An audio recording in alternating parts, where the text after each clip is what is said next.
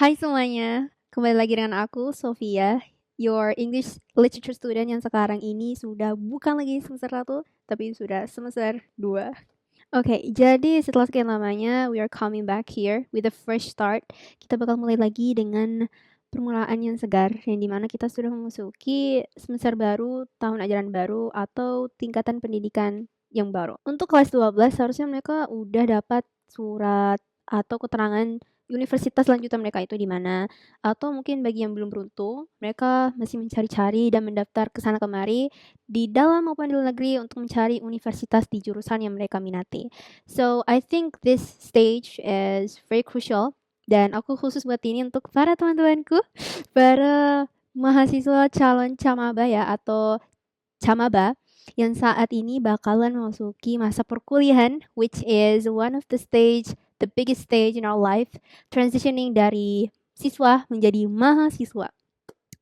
Jadi dari bahasanya sendiri, siswa dan juga mahasiswa itu kita harus ketahui bedanya ini apa sih gitu. Jadi dari perspektifku, siswa dan mahasiswa itu tentu saja berbeda. Kalau siswa, kebanyakan dari mata pelajaran, sistem pendidikannya, dan tugas-tugas kita itu diatur oleh sekolah atau dari lembaga pendidikan kita. Jadi kayak kita udah tahu, oke jadwal kita itu untuk hari ini A, B, C, D, besok A, B, C, D, atau besoknya lagi A, B, C, dan seterusnya. Udah teratur, udah aman, kita nggak perlu khawatir apa-apa, yang penting kita melanjutkan atau melaksanakan sekolah kita dengan baik dan juga penuh tanggung jawab. Nah, kalau mahasiswa itu juga berbeda, sesuai namanya maha yang berarti tingkatan tinggi, yang dimana kita sudah memasuki tahap di mana kita udah bukan lagi belajar tentang hal basic-basic, tapi udah memasuki pelajaran atau fase yang menggunakan teori yang jauh lebih dalam dan menggunakan teori tersebut dalam lapangan.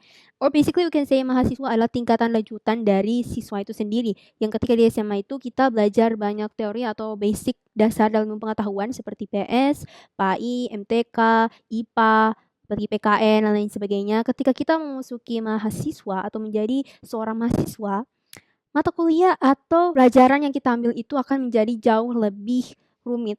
Dalam artian pembahasannya itu jauh lebih luas, jauh lebih mendalam dan lebih komprehensif. Dari ini saja udah beda ya. Kita bisa mencari atau mendapat gambaran sederhana seharusnya bagi teman-temanku sekalian ya. Untuk para camaba-camaba kalian sudah melakukan riset, udah mendapatkan content creator dari mungkin TikTok atau mungkin di Instagram yang bahas mungkin jauh lebih detail apa saja yang atau istilahnya bahasa-bahasa yang ada dalam perkuliahan gitu. Misalnya dari IPK, SKS, dan seterusnya. Itu banyak banget yang bahas. Cuman aku nggak bakal bahas itu di sini. But I'm gonna make this video itu karena aku pengen buat video yang bahas tentang tips maba untuk mendapatkan IPK 4. Kalian nggak salah dengar, IPK 4 adalah IPK aku pada saat di semester 1. Dan alhamdulillah dengan usaha dan juga tekad and also my work effort, aku berhasil mendapatkan IPK 4 pertamaku di S1 dan I'm very very excited. I'm very very how to say I was very proud. I was also very fascinated with my own capabilities bahwa aku ternyata bisa loh mendapatkan IPK 4 walaupun sebenarnya pada saat itu banyak dari teman-temanku bilang kayak, "Emang kamu bisa Sof, kayak dapetin IPK 4 Camaba itu susah loh, itu kayak nggak gampang gitu loh." Tapi dalam hatiku aku bilang, "Bisa. There's always a way if you have a will." Selalu akan ada cara ketika kalian memiliki sebuah keinginan. So, emang dari diri kalian aja harus mulai. Ketika kalian ingin masuk ke kuliah, kalian tidak boleh menaruh standar kalian begitu-begitu saja. Atau istilahnya mahasiswa kupu-kupu, kuliah pulang. Atau lagi ada istilahnya kupar, kuliah rapat pulang, kuliah rapat pulang, kuliah rapat pulang. Tapi itu istilah dari ini sih, dari orang lain, Pak. Anyways, jadi pada video kali ini aku bakalan ngasih beberapa tips bagi camaba untuk mendapatkan IPK 4 dan juga tips bagi kalian yang akan memasuki masa perkuliahan.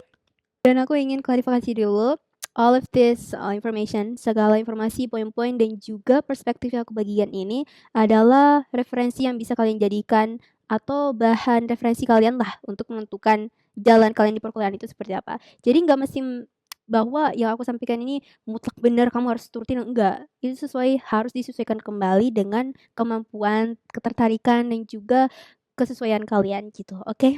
Jadi kita masuk kepada poin pertama. Ketika kalian mau masuk menjadi seorang mahasiswa, tentunya salah satu hal yang harus kalian persiapkan adalah bukan hanya tekad, bukan hanya cita-cita, tapi kalian harus menyiapkan tujuan kalian mau ngapain. Tujuan kalian untuk masuk ke perkuliahan itu buat apa gitu. Kebanyakan dari teman-teman atau bahkan sekelasku sendiri, mereka itu memilih jurusan bahasa dan sastra Inggris itu ya karena itu pilihan kedua mereka. Kalau bukan pilihan kedua ya karena terpaksa, kalau bukan terpaksa karena hanya itu saja yang tersedia. Sehingga benar-benar dari statement ini sendiri sudah menunjukkan bahwa mereka nggak punya tujuan selain hanya untuk masuk kuliah sebagai formalitas mendapatkan degree mereka atau sarjana mereka.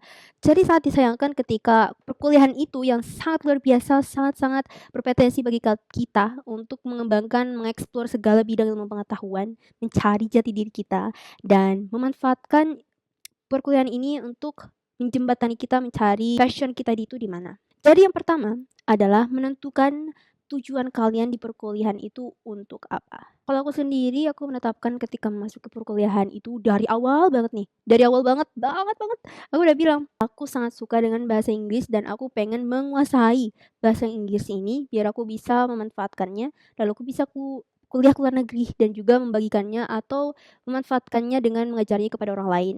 It's a very noble thing ya. Dan seharusnya mimpi kalian itu juga harus besar, harus bermakna, atau istilahnya tujuan kalian itu bukan hanya untuk diri kalian, tapi juga untuk orang-orang di sekitar kalian dan juga of course buat negara kita sendiri. Karena tentu saja itu yang menjadi ketertarikan atau tali yang menghubungkan kita sebagai mahasiswa dan juga negara kita Indonesia. Seperti yang kalian ketahui, you know, a lot of things, a lot of crappy things is going on in our country. Begitu banyak regulasi, begitu banyak ketentuan yang menyalahi, bahkan tidak menerlibatkan para masyarakat dalam pembentukan undang-undang atau bahkan hukum-hukum yang berlaku. Katanya sih untuk rakyat, tapi kok malah menyalahi hak-hak mereka. Sehingga dari sini kita harus benar-benar menggabungkan atau istilahnya nggak boleh egois gitu bahwa aku kuliah ini hanya untuk diriku sendiri. Aku kuliah ini hanya ini apa sebagainya. Itu bukan masalah ketika mimpi kalian atau tujuan kalian berkuliah itu semisalnya kalian suka di bidang teknik. Oke, kalian masuk teknik dan habis itu kalian menekuninya sampai S1, S2, S3. Tapi kalian jangan lupakan ketika kalian sudah menempuh pendidikan yang jauh itu, kalian kembali ke Indonesia, membagikan manfaatnya atau meng-share, meng-insight ilmu pengetahuan yang sudah kalian pelajari itu untuk orang-orang di sekitar kita juga. Karena ini talking about, you know, hashtag kabur aja dulu. Tapi kita nggak akan bahas itu karena aduh ini bisa pembahasannya lama banget karena it's a very interesting topic. But oke, pertama tadi adalah tentukan tujuan kalian untuk perkuliahan itu untuk apa, untuk siapa, dan juga kenapa. Oke, udah aman. Lanjut. Kedua, tentukan strategi eksekusi kalian untuk mencapai cita-cita atau tujuan kamu di perkuliahan. Ini udah bersambung banget dengan poin yang pertama, which is what is your purpose? Tujuan kamu buat apa di perkuliahan ini? Tentukan juga yang pastinya strategi kalian dalam memenuhi atau mencapai cita-cita atau tujuan kalian di perkuliahan. Maksudnya gimana tuh, Sof? Jadi strategi eksekusinya itu, kalau dari aku, itu kita bisa membagi per semesternya itu mau ngapain. Misalnya kan ada 8 semester tuh, semester 1 kalian mau ngapain. Basically kalau semester 1 itu identik dengan perkenalan lingkungan atau masa orientasi kita. Kita manfaatkan di semester 1 itu untuk mengenal lingkungan, sistem kuliahnya gimana, sistem atau budaya kampus kita itu gimana, karena tentunya tiap kampus itu beda gitu kan. Terus ada keunikannya sendiri, misalnya UGM, UI, atau UIN atau UNY seterusnya itu pasti beda. Jadi kalian harus mengenal lingkungan kalian juga. Lalu kalian harus tahu bagaimana sifat-sifat dari para dosen kalian. Bukan sifat sih, karakter-karakter dosen kita itu kita harus mengenalnya. Kenapa? Karena mereka adalah orang yang mengisi, menentukan nilai rapor kita itu bagaimana dan bagaimana nilai tugas kita. Hal yang begitu krusial bagi kita seorang mahasiswa because basically our score kita itu tergantung pada mereka dan mereka juga tergantung pada kita. Bagaimana cara kita. Oke, ini sangat menarik sih. Salah satu hal juga yang harus kalian perhatikan ketika kalian ingin menjadi mahasiswa. Yang pertama, oke. Yang pertama, tidak lain adalah adab kalian, akhlak kalian, manners kalian, etika kalian. Karena aku sudah sering banget melihat ya, dari awal banyak aku melihat beberapa dari teman-temanku yang bisa dikatakan, you know, smart, rajin, dan pintar dalam perkuliahan, bisa menjawab pertanyaan, bahkan melontarkan argumentasi mereka berdasarkan sumber-sumber yang mereka juga ketahui. Tapi satu hal yang menjadi minus itu adalah mereka tidak memiliki attitude atau manners mereka dalam belajar gitu lah. Dan aku juga melihat di sisi lain, ada nih satu temanku bukan teman, kenalan gitu. Dia itu sangat pintar, rajin, tapi di sisi lain dia juga tidak pernah melangkahi dosennya. Dia tidak pernah merasa bahwa, "Oh, I'm smart here, aku ada belajar di sini, aku bisa melangkahi kamu loh, Bapak. Saya tuh tahu gini loh, Bapak. Bapak kok bisa tahu gini sih?" Nggak ada. Dia itu sangat sopan bahkan di hal-hal kecil banget gitu. Kayak ketika presentasi, dia bakal menghindari kursinya tidak, membelakangi dosennya. Jadi kayak ini dosennya gitu kan. Dosennya di sini terus kayak pas presentasi dia begini, dia pasti bakal begini. Dia bakal menghindari untuk membelakangi Bapak. Itu apa? Itu namanya manners. Itu namanya apa? Akhlak. Itu yang menjadi hal yang penting dan sangat krusial bagi kita untuk ingat, oke? Biar lu pintar, biar lu sejago, sejenius apapun dirimu, kalau kamu tidak punya akhlak, dueng, nggak ada nilainya.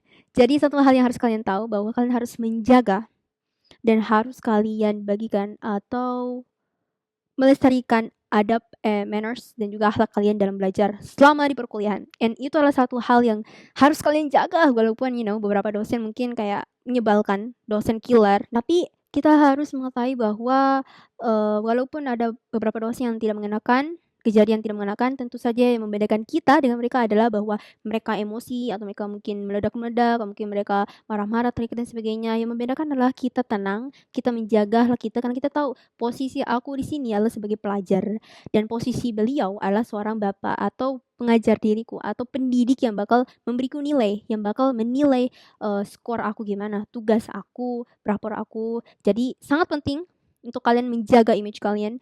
Dari semester 1 itu bakal menjadi penentu untuk semester berikutnya. Kalau dari bapakku dia juga adalah seorang pendidik dan salah satu hal yang dia nilai yang membedakan atau menjadi penentu ketika di semester 1 kalian sudah rajin, sudah sopan, sudah pintar, aktif di kelas.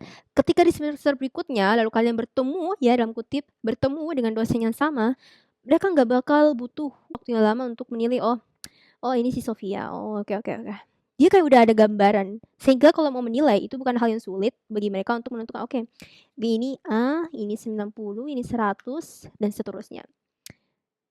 Dan kalau misalnya walaupun kita mungkin ketemu dengan dosen yang baru, kita harus tetap menjaga, ya intinya kalian harus menjaga manners kalian, kalian harus menjaga your manners, your akhlak, your etika, your adab. Oke? Ini bukan cuman masalah kalian ini Islam atau nonis, tapi ini hal yang berlaku basic manner. Hal yang berlaku secara universal gitu. Dan dari mamaku ya, mengutip perkataan dari ibuku sendiri, mama pernah bilang bahwa ilmu tanpa akhlak itu berarti kamu bakal menjadi orang yang sekuler atau orang yang sombong. Lalu ketika kalian punya akhlak atau agama tanpa ilmu pengetahuan, kalian bakal dibodoh-bodohi. Secara kesimpulan, ilmu pengetahuan dan juga adab ini harus selaras atau harus sejajar. Sehingga kalian tidak akan dibodoh-bodohi maupun kalian tidak akan menyombongkan diri. Oke, lanjut. Strategi kalian per semester mau ngapain? Semester 1, kalian tentukan mau orientasi, perkenal lingkungan, ekskul, organisasi, dosen-dosen kalian, sistem perkuliahannya gimana, kultural. Lalu semester 2-nya kalian mau ngapain lagi? Kalian mungkin memasuki organisasi, mungkin kayak international ISAC, atau mau ikut lomba-lomba, atau mau ikut kedutaan dan sebagainya. Tapi dari beberapa orang yang aku rangkumin, banyak dari mereka mengatakan bahwa di semester 1 dan 2, sebenarnya semua sih, tapi khusus untuk semester 1 dan 2 itu adalah waktu khusus bagi kalian untuk benar-benar ambis mendapatkan nilai kalian supaya bisa mensupport nilai kalian di semester tua atau semester tingginya kayak 5 ke atas, 5, 6, 7, 8. Jadi kalau ketika semester 1, 2, 3 itu SKS-nya jauh lebih sedikit atau istilahnya mata kuliahnya itu jauh lebih sedikit sehingga untuk kita fokus itu jauh lebih mudah. Karena ketika kita sudah menaik ke semester berikutnya, 5, 6, 7, 8 itu SKS-nya bakal menambah gitu loh. Mata kuliahnya bakal lebih banyak dari semester awal kita, sehingga bakal lebih ribet misalnya di semester tua, lalu kita mau sekaligus mau aktif di organisasi, ekskul atau perlombaan. Tapi again, ini tentu saja kembali kepada diri kalian. Kemampuannya gimana, bisanya gimana, harus disesuaikan dengan diri kalian sendiri. Jangan bilang karena oke semester 1, 2, 3 aku mau fokus aja, aku nggak mau cari ekskul, organisasi, aku mau fokus menaikkan IPK aku dan juga aktif di perkuliahan. No! Kalian harus mencari kesempatan, harus mencoba sebelum kalian memutuskan, aku bisa atau enggak. Karena gimana caranya kita bisa tahu kalau misalnya mencoba saja kamu belum bisa? Kamu belum bisa merasakan kekalahan, belum bisa merasakan kegagalan. Sehingga ini kembali lagi sebuah referensi. Bahwa kalian mampu atau tidak, cocok atau tidak, itu dari diri kalian sendiri yang harus memastikan dan harus mencoba, oke? Oke, lanjut. Per semesternya itu mau ngapain? Lalu per semesternya juga kalian targetnya mau ngapain? Mau capai apa gitu? Kalian mau dapat IPK 4, kalian mau memenangkan lomba-lomba, kalian mau mendapatkan pekerjaan mungkin, kalian mau ikut organisasi mungkin, kalian mau menemukan relasi baru, dan seterusnya. Kalian harus tentukan biar kalian ini jelas tujuannya itu mau ngapain, oke? Dan tentukan dan pastikan bahwa apa yang kalian ingin capai di tiap semesternya itu sesuai dengan tujuan kalian di awal. Apa itu? Itulah tujuan kalian untuk masuk perkuliahan. Oke? Jadi lanjut. Poin ketiga. Per semesternya mau dibagi mau ngapain? Per semester dibagi mau capai apaan? Terus habis itu kalian harus tentukan after college kalian mau ngapain? Ini adalah hal yang penting dan juga banyak dibahas dan menjadi konten yang sering banget dibuat karena sulitnya dan difficulty-nya itu ngena banget gitu loh. Kayak after college langsung bingung, langsung hampa, nggak tahu mau kemana, hilang arah. Jadi kalau kalian sudah mendapat gambaran atau memiliki basically referensi mau ngapain habis kuliah, it would be a lot more easier. Dan ada dua pilihan, oke? Dua pilihan referensi buat kalian, oke? Yang pertama adalah lanjut kuliah atau mengambil magister degree kalian atau S2 kalian. Lalu yang kedua adalah kerja. Kerja. Berdasarkan beberapa content creator, content creator-nya bukan abal-abal ya, jangan lu bilang abal-abal. Content creator mengatakan bahwa kebanyakan company atau perusahaan yang memiliki kriteria harus memiliki pengalaman kerja gitu kan. Beberapa pengalaman kerja minimal 2 sampai 3 tahun. Maksimal kebanyakan mungkin kayak 5 sampai 6 tahun. Sehingga ini kembali kepada kalian, kalian mampunya mau apa, mau gimana, sukanya mau gimana, disesuaikan dengan kemampuan dan ketertarikan itu ya. Jadi lebih gampang. Poin ketiga, jadi itu tadi udah 2 ya. Yang pertama, tentukan tujuan kalian masuk perkuliahan. Kedua, tentukan strategi eksekusi kamu. Lalu ketiga, ini paling penting juga ini. Saking pentingnya aku pengen buat poster terus bilang di sini, set. Apa itu? Watch who you're friends with. Perhatikan dengan siapa kamu berteman. Kenapa bestie-bestieku? Karena temananlah gitu bakal menjadi dampak besar bagi kalian di masa perkuliahan maupun di setelah perkuliahan kalian. Basically, teman kalian ini memiliki dampak yang besar di lingkungan kamu, oke? Kita beri contoh. Kamu berteman dengan orang yang suka nongki-nongki, yang suka pacaran, yang suka ke kafe terus gosipin pacar orang. Kamu nggak lama bakal seperti itu juga. Tidak butuh waktu yang lama, kamu juga bakal ikut nongki-nongki, bakal ngopai-ngopai, terus ngegosipin orang, terus pacar-pacaran, terus break out, terus habis itu pacaran lagi, terus habis itu kamu bakal nge-skip kelas kamu, gak bakal melantarkan perkuliahan kamu, terus ujung-ujungnya apa? Lambat ngerjain skripsi. Nilai-nilainya pada anjlok. Pas selesai kuliah bingung mau ngapain. Oke, mau kau gitu? Mau kau begitu? Tidak kan? Makanya jangan. Itulah contoh bagi kalian yang mau berteman dengan orang yang seperti itu. Contoh kedua, kalian berteman dengan orang yang aktif di kelas. Wow, punya ambis banget, ambis. Selalu bertanya, selalu melontarkan argumentasi, yang selalu mudah berbicara tentang perkuliahan atau mata kuliah mereka, yang rajin masuk ke kelas, yang menjaga pertemanannya dengan orang lain, yang ramah, yang suka membaca buku. Wah, udah, kalian gitu terus sampai kuliah, udah. Sukses kau. Nanti kau bakal seperti itu juga. Sering membaca buku. Kita membahas hal-hal tentang politik, ekonomi, sosial, masa-masa negara. Kita bahas di situ, otak kamu itu bekerja, otakmu itu keguna. Kritis itu. Itu bakal menjadi life skill yang sangat tukan di perkuliahan. Karena kalian bakal sering dibodoh-bodohi sama namanya siapa? Cutting. Kakak tingkat kalian. Tapi cuttingnya yang gimana? Yang bagus. Yang pintar. No. Cuttingnya semester 13. Semester 14, 10, 11, 12. Udah semester 10.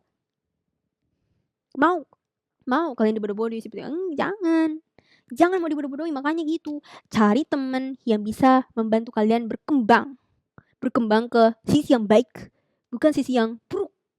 Itu juga adalah tips gimana cara untuk mencari teman yang bagus, yang bisa kalian ajak produktif dalam perkuliahan. Tips dari temannya gimana Kak Sof? Oke nih, tips dari gue nih. Yang pertama, teman yang bisa mengajak kalian atau kalian ajak berbuat produktif. Produktifnya gimana tuh Kakak? Ya yang bisa mengembangkan skill kalian, yang bisa mengembangkan potensi passion kalian, membaca buku yang bisa diajak organisasi, ikut lomba, ikut kritis, ikut debat, argumentasi, atau bertanya ketika presentasi. Oke? 2, yang bisa menjauhi dan bisa kalian ajak jauhi dari hal yang buruk. Hal buruk. Hal buruk kayak gimana? Misalnya, ini Suci, terus dia lihat aku terlambat ke kampus, terus dia bilang, "Sof, kamu kenapa terlambat kampus? Jangan sampai kamu bakal mempengaruhi nilai kamu loh. Kamu sakit, kamu kenapa?" Terus aku bilang, "Aku kayak merasa burn out aja, Suci. Aku kayak, aku nggak tahu, kayak gak bisa lanjut kuliah gitu. Soalnya aku merasa burn out dan terlalu banyak yang aku kerjain dalam satu waktu." Ya udah, si Suci ini mengatakan bahwa, "Sof, kamu nggak bisa gitu, Sof. Aku paham kamu burn out dan sebagainya, tapi jangan sampai burn out itu mempengaruhi nilai kamu di masa depannya. Gini deh, gimana kalau misalnya kita bareng-bareng pergi, terus kita ke perpus, terus ngomongin deh, ngobrolin, kita minum kopi atau minum matcha, terus kita obrolin deh, dan kita cari solusinya bareng-bareng." Itu adalah teman yang luar binasa. Kedua adalah teman yang bisa mengajak dan juga menjauhi kalian dari hal-hal yang buruk. Atau dalam Islam, dari hal-hal yang terlarang. Misalnya hal sepele aja nih, oke? Pacaran, gosipi orang, menjelek-jelekan orang. Itu adalah hal-hal yang harusnya kita jauhi. Dan kita nggak bisa menjauhi diri kita sendiri seperti itu. Kita harus butuh orang untuk mengingatkan kita, untuk membantu kita, untuk mensupport kita juga, oke? 3, cari teman yang bisa sesuai dengan visi misi kalian. Visi misi kalian ini besar atau kecil, maka kalian harus cari teman yang sesuai dengan visi misi kalian. Kalian punya visi misi yang besar, mau jadi orang yang pintar, yang bisa keliling dunia, dapat beasiswa. Tentunya kalian nggak cari teman yang standarnya gitu-gitu aja, yang ke kampus yang untuk kupu-kupu doang atau kupar-kupar doang. Tapi kalian bakal mencari teman-teman yang bisa mengajak kalian untuk tes TOEFL, IELTS, yang memiliki ambisi, yang memiliki minat yang juga begitu kuat sama seperti diri kamu. Jadi kembali lagi kepada diri kalian, kalian ini mau jadi apa ketika di masa perkuliahan atau setelah kuliah gitu. Hal ini bakal menjadi patokan kalian berteman kepada siapa, mau ngapain, untuk apa, dan seperti apa. Jadi itu akan menjadi hal yang begitu kuat dan sangat berpotensi menentukan kalian di masa depannya bakal jadi gimana. Lanjut, keempat, jangan takut berbeda. Kalian jangan takut berbeda. Jangan takut berbeda seperti apa, Kakak? Apakah seperti aku yang naik motor terus dia naik mobil? Atau seperti dia yang punya cinta dan aku tidak punya? Tidak seperti itu, Dikadiks. Jangan takut berbeda artinya dalam sini adalah kalian pasti memiliki sebuah ketertarikan, memiliki sebuah passion yang berbeda, pendapat, opinion, atau prinsip tentunya, dan bakal nggak sama dengan orang lain. Kita semua punya berbeda, oke? Misalnya si A, kita lagi dalam kelas gitu, kita disuruh buat presentasi. Presentasinya itu ada yang intinya ada beberapa hal yang tidak bisa dijelaskan secara mudah dalam perkuliahan, yang kalian bakal kaget ternyata, "Wah, ternyata ada yang seperti itu di perkuliahan. Aku tidak menyangka ternyata perkuliahan membagongkan itu," gitu. Ada saat di mana di universitas itu ya, ketika presentasi itu lalu masuklah sesi pertanyaan, kita bertanyalah, "Oke, pertanyaannya gini gini gini gini." Kita udah merangkum, oke? Kita udah brainstorming pertanyaan kita mau apa, dasarnya apa, kenapa, dan bagaimana, oke? Kita udah buat pertanyaannya, udah rapih, udah terstruktur. Lalu kita tanyakan kepada pemateri. Pematerinya menjawab, tapi dengan apa? Dengan ChatGPT. Dari situ aku punya ini pengalaman pribadi. Aku dalam pikiranku aku bilang, "Hah? Lah kalian kan presentasi ya?" Aku punya prinsip, kalau kita presentasi berarti kita harus tahu apa yang dipertanyakan, apa yang kita presentasikan, apa yang kita jabarkan, kita semua harus tahu. Atau dalam artian we master what we tell. Itu adalah sebuah prinsip yang aku pegang. Kalau aku ngasih tahu sesuatu, berarti aku punya pegangan, aku bisa mempertanggungjawabkan. Kembali lagi, something that you can be responsible of. Kamu bisa mempertanggungjawabkan, kamu bisa amanah dengan apa yang kamu berikan kepada orang lain. Contoh presentasi. Presentator ini malah mencari jawaban di ChatGPT. Aku bilang, "Ah, nggak bisa ini." Tapi kegiatan ini atau kelakuan ini dilakukan oleh hampir semua orang di universitas atau bahkan di kelas aku, banyak yang begitu. Aku nggak setuju dong. Aku nggak bisa gitu. Aku bilang, "Loh ini salah, nggak bisa dong." Terus ngapain dong kalau kita mau belajar, terus kita pakai ChatGPT, mending nggak usah kuliah ya kan? Mending pulang aja terus kita cari ChatGPT, udah selesai, udah pintar, udah tahu. Apa gunanya presentasi kalau gitu? Presentasi adalah wadah untuk kita diskusi, wadah untuk kita berargumentasi, wadah untuk kita bisa melontarkan opini-opini kita yang mungkin berbeda dari presentator, atau mungkin mempertanyakan hal-hal yang tidak jelas dari presentator yang memberikan materinya. Itu adalah diskusi, itu adalah presentasi. Oke, paham. Itu prinsip aku. Dan apakah prinsip ini sama dengan teman-teman aku yang lainnya? Tentu tidak. Itu yang aku bilang, makanya jangan takut berbeda. Karena terkadang ada perbedaan yang salah dan juga ada perbedaan yang benar. Perbedaan yang benar bisa bisa jadi di mana ada satu saat kamu memang benar, kamu punya dasar, dan secara fakta itu benar memang. Tapi segerombolan orang di sini itu memiliki pemahaman yang salah. Mereka ini salah dan secara grup ini mereka merasa, "Oh, mereka salah, ya udah aku salah juga." Atau, "Oh, mereka pilih salah, ya udah aku pilih salah juga." Dari sisi ini kita merasa bahwa if we are not coming to this group, we will be different. Kita bakal terasingkan, kita bakal didiskriminasi karena perbedaan yang kita pegangi. Tapi nggak seperti itu. Kita harus berpegang teguh, jangan takut berbeda. Karena terkadang perbedaan itu dilihat dari apakah itu benar, apakah itu tidak. Dan ini sebenarnya berhubung dengan banyak hal yang terjadi, misalnya di sekolah mungkin ya. Di sekolah mungkin kita beranggapan, apa namanya, ada mungkin ekskul atau mungkin kita masuk organisasi lalu ketuanya itu melakukan sesuatu yang tidak benar, tapi karena orang mayoritasnya melihat dia sebagai ketua, mereka pun setuju-setuju aja karena, "Oh, dia ketua, ya udah kita ikut-ikut aja." Padahal salah. Dan dari situ kalian yang sebagai anggota memiliki pendapat yang berbeda, kalian merasa, "Loh, kok gini ya? Kok berbeda ya? Apa aku harus ikut atau tidak? Tapi kan dia nggak benar dong. Kalau aku ikut dia nggak benar dong. Aku salah dong, aku bodoh dong. Karena kan aku punya prinsip, aku punya akal, aku punya dasar, aku punya pegangan yang benar, yang benar-benar memang ada faktanya. Tapi kalau aku ikut dia nanti aku bodoh dong. Tapi kan banyak orang yang ikut dia. Kamu malah mempertimbangkan kembali gitu kan. Jadi ini sebenarnya terjadi di banyak aspek. Jadi satu hal juga yang harus kalian tahu bahwa kalian harus punya prinsip. Prinsip Kakak, iya prinsip. Kalian harus punya prinsip yang kuat biar kalian tidak dibodoh-bodohi, biar kalian tidak dimanfaatkan, biar kalian tidak diinjak-injak oleh orang lain. Karena hal itu yang akan menjadi penentu kalian nanti di masa perkuliahan kayak gimana tuh orang-orang bakal memperlakukan kamu. Jadi ada satu kejadian yang sangat memorable buat aku ya. Ini terjadi ketika aku camaba dan sampai maba dan sampai akhir semester 1 kemarin. Jadi pada saat itu dalam kampus aku mau orientasi tuh sesuai surat edaran nggak boleh ada kegiatan sebelum PBAK atau istilahnya masa orientasi gitu kan. Nggak boleh ada kegiatan sebelum PBAK, terus tidak ada atau nggak boleh ada perkumpulan yang dilakukan oleh siapapun itu selain dari PBAK itu sendiri karena PBAK itu official dari kampusnya gitu kan. Jadi kayak oke, fine, masuk akal. Terus ketiga, tidak boleh ada pemungutan biaya atau tidak ada semacam pungutan apapun dalam kegiatan PBAK gitu. Istilahnya PBAK ini free, nggak ada yang perlu dibayar, nggak ada yang perlu dibeli dan sebagainya. Oke, masuk akal. Terus habis itu adalah nih, aku kan masuk tuh di grup Camaba. Adalah nih ketika masa itu kating-katingku nyebarin info bahwa adik-adik sekalian kita bakalan kumpul pada jam ini untuk latihan mars ya. Dan mars itu kan setiap fakultas ada marsnya gitu kan, pasti beda-beda dan ada. Aku sempat mikir gitu kan. Aku sempat mikir, mars ada. Bukannya kan kita bisa rumah aja gitu kan, belajar di rumah, terus bisa latihan sendiri, sisa mereka kirim audionya, terus ya udah kita latihanin gitu. Aku lihat lagi nih di surat edarannya, tidak boleh ada kegiatan sebelum masa orientasi. Lah, ya udah tuh ketika itu aku speak up dong ya kan. Aku speak up di grupnya. Bayangin ya, ada 400 kayaknya, 300 apa 400 orang di grupnya. Aku bilang, "Kak, permisi Kak, kan sesuai surat edaran nggak boleh ada kegiatan gini-gini sebagainya. Ini gimana ya Kak?" Gitu. Aman ya kan. Itu kayak aku masih sopan, aku nunjukin surat edarannya dan sebagainya.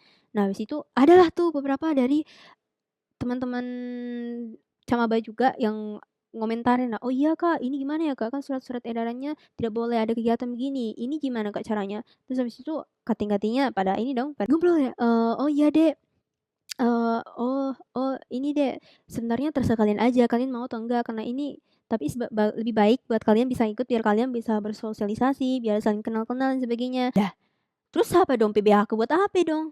Nah, kembali lagi, ini kan perbedaan gitu. Setelah aku speak up, sebenarnya ada lagi sih beberapa kejadian. Tapi setelah aku speak up, kalian mau tahu apa yang terjadi? Aku di-kick dari grupnya. Aku di-kick dari grup Camaba dan ini aku belum mulai ya, aku belum masuk jadi maba betulan. Ini masih Camaba dan aku udah di-kick dari grup Camaba itu sendiri. Kalau diingat-ingat kembali saya kayak cukup kocak gitu kan, karena aku bilang kayak, "Kamu mau bodoh-bodoh ya aku?" "Nggak bisa dong, nggak bisa Bro." Jadi ketika mereka ngeblok aku, itu malah semakin menguatkan opini aku bahwa mereka memang mau membodoh-bodohi atau mau mengakali ada tingkat mereka atau kita camabanya gitu. Dan ternyata ada pemungutan biaya yang ilegal juga dan I was like, untung aku nggak ikut gitu, untung aku punya otak, punya prinsip ya. Jadi aku nggak mudah buat digoyah-goyahkan gitu. Nah, ini juga hal yang penting. Kalian harus membaca informasi, kalian harus benar-benar memanfaatkan informasi yang sudah disebarkan. Oke, kembali lagi, ilmu pengetahuan itu bakal sia-sia kalau kalian tidak membagikannya atau kalian tidak mengaktualisasikannya. Oke, itu jelas tadi, jangan takut berbeda. Salah satu hal yang harus kalian juga ingat, baca buku itu sangat penting, bahwa kalian sebagai maba, kalian sebagai mahasiswa, kalian harus banyak membaca buku. Buat apa membaca buku? Aku males membaca buku, kan ada internet, kan ada e-book. Oke, fine e-book, tapi lu baca kagak? Lu baca, lu pahami, lu lakuin, lu bagiin kagak? Tidak. Nah, terus ngapain? Itu fungsinya buku buat kamu juga, bukan hanya untuk kamu baca, tapi buat kamu sharing kepada orang lain.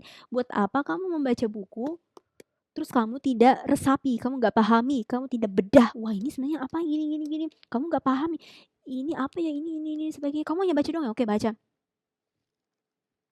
Udah selesai, nggak begitu Bambang, anak TK juga bisa.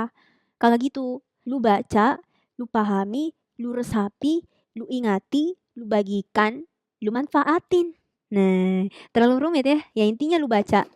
Kamu baca, lalu kamu pahami, lalu kamu bagikan. Udah selesai. Habis itu, apakah kamu selesai? Udah gak baca buku? Jangan. Kamu baca buku jangan cuma satu, tapi mulailah dengan buku yang kalian sukai gitu. Bayangkan kalau bertahun-tahun buku, itu berapa ilmu pengetahuan yang dia resapi?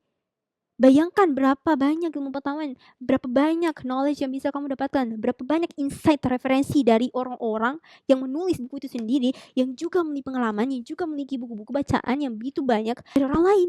Bayangin, you can be a genius in like a short time. Jadi kalian harus memantapkan diri bahwa ketika kalian mau ngampus, kembali lagi to the point, first point, kalian harus menentukan tujuan kalian masuk perkuliahan itu untuk apa, atau tujuan buat ngampus itu buat apa. Oke. Kalian harus tentukan, dari situlah kalian bakal membedah, bakal mengeksekusi tujuan kalian itu, cita-cita kalian, mimpi kalian, dengan membedah setiap semesternya mau ngapain. Semester 1, oke mungkin kalian perkenalan, baca buku 80 minimal, atau mungkin 50, 20. Habis itu lanjut semester keduanya, kalian mungkin mau cari-cari organisasi, ekskul, dan seterusnya. Kalian harus menentukan benar-benar dari poin awal itu akan menjadi penentu kalian selama 4 tahun kurang lebih berkuliah. Dan mungkin di sini ada yang nggak sama gitu ya, yang ditolak dari PTN atau jurusan impiannya, sehingga masih harus melakukan pendaftaran atau masih mungkin mau ikut gap year dan seterusnya. It's okay, kalian harus ketahui bahwa tidak semua orang itu memiliki waktu dan juga pace yang sama atau tempo atau kecepatan mereka sendiri. Tapi dalam hal yang sama, kalian nggak bisa menentukan bahwa, "Oh dia itu udah lama kok, dari dulu dia orang kaya kok, dia nggak usah berusaha keras, aku juga orang miskin, aku bisa ngapain, aku nggak bisa apa-apa, aku kan miskin, aku nggak punya inilah finansial, nggak bisa, aku bukan ada all the money," gitu. Jangan. Kalian harus menetapkan bahwa aku ini nggak bisa kalau diam aja, aku nggak bisa begini terus, aku nggak bisa malas-malasan terus, aku nggak bisa hilang arat gini terus, aku nggak bisa nyantai-nyantai, nongki-nongki terus. Aku mau jadi apa nanti? Aku bukan dari keluarga yang kaya, aku bukan dari keluarga koruptor yang bisa punya banyak uang jadi nggak punya masalah kalau mau apa-apa. Aku punya tanggung jawab, aku punya sebuah destiny untuk dicapai, aku punya sebuah tanggung jawab yang harus aku penuhi sebagai, bukan hanya sebagai seorang manusia, tapi sebagai seorang anak, kakak, calon ibu atau mungkin calon bapak, sebagai siswa, sebagai bangsa Indonesia, kita sendiri punya tanggung jawab kita masing-masing dan kalian harus sadari itu sebagai seorang mahasiswa. Pendidikan itu bukan hanya sekedar pendidikan, tapi pendidikan adalah wadah bagi kalian untuk mengeksplor dan menjadi jembatan untuk kalian bisa mencari passion kalian. Itu adalah perkataan dari Presiden Obama ketika saat itu masuk hari pertama masa sekolah tahun ajaran baru. Dia mengatakan bahwa pendidikan itu bukan hanya sekedar belajar ke kampus atau ke sekolah, belajar, duduk, mendengarkan, tidak. Sekolah itu adalah masa atau pendidikan itu adalah tempat kalian untuk menjadi jembatan mencari passion kalian di mana, minat bakat, keterampilan, ketertarikan kalian itu di mana. Disitulah peran pendidikan itu. Bagaimana cara kalian bisa mengetahui bahwa kalian itu jago dalam teknik, jago dalam lab, ketika kalian itu nggak pernah membuat atau bereksperimen di lab itu sendiri? Bagaimana cara kalian bisa tahu bahwa kalian itu jago dalam literature, jago dalam puisi, jika kalian saja tidak pernah mengikuti keterampilan menulis?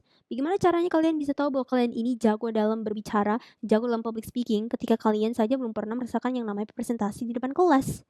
Benar. Jadi Presiden Obama juga men-state salah satu quotes yang sangat mengenakan bahwa Jika kalian or if you fail with your education or if you quit with your education, you're not only quitting on yourself, but you're also quitting on your country. Jika kalian memutuskan atau menyerah dalam pendidikan kalian, kalian bukan hanya menyerah untuk diri kalian saja, tapi kalian menyerah untuk negara kalian juga. Dari sini Presiden Obama menekankan banget bahwa tanggung jawab kita bukan hanya sebagai siswa bagi diri kita sendiri, tapi kita adalah sebagai penerus bangsa negara kita. Sebagai penentu masa depan kita, masa depan bangsa kita itu bakalan seperti apa? Apakah teredukasi? Apakah pintar? Apakah berambisi? Apakah bermimpi besar? Atau hanyalah yang tidak berambisi dan juga hanya sibuk menongki-nongki mencari cewek sana sini. Jadi sebenarnya tergantung pada kalian. Kalian mau jadi apa? Kalian mau ngapain? That is the first thing you have to consider when you're going to be a college student.